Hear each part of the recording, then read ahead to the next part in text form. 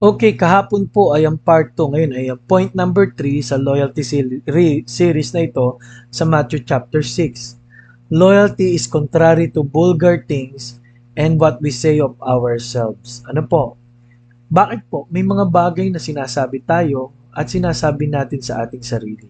Sa verse 3 and verse 4, makikita niyo po yan. No? Verse 3 and verse number 4. Ano pong sabi po dyan? Verse 3 and verse number 4. But when thou doest alms, let not thy left hand know what thy right hand doeth. Sa verse number 4 naman po tayo. No? Sa verse 4 po, that thine alms be made in secret, and thy Father which sitteth in secret, himself shall reward thee openly. The word there is openly. Talagang maluwag na tayo ay reregaluhan at rewardan ng Diyos.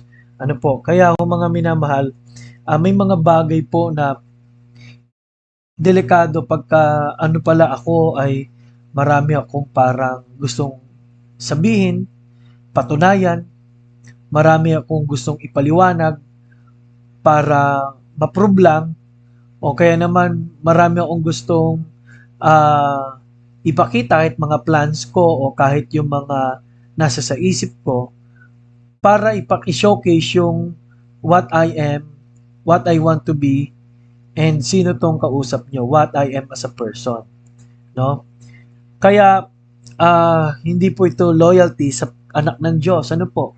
Ngayon, usong-uso po yung flexing. Ano po?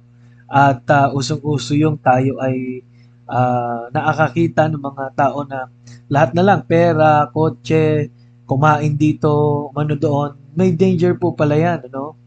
At isang danger po niyan ay danger po ng privacy. Wala na po tayong privacy, no? Lahat na lang ng bagay alam ng tao tungkol sa atin. Paano pa ho kung magkaroon ng problema? Di ba ho? So, pangatlong bagay po na gusto po natin sabihin at itatag ay may danger po pagdating sa harapan ng Diyos. What we are promoting is just ourselves. That's why ang Kristiyano sabi ay the last that lost its flavor.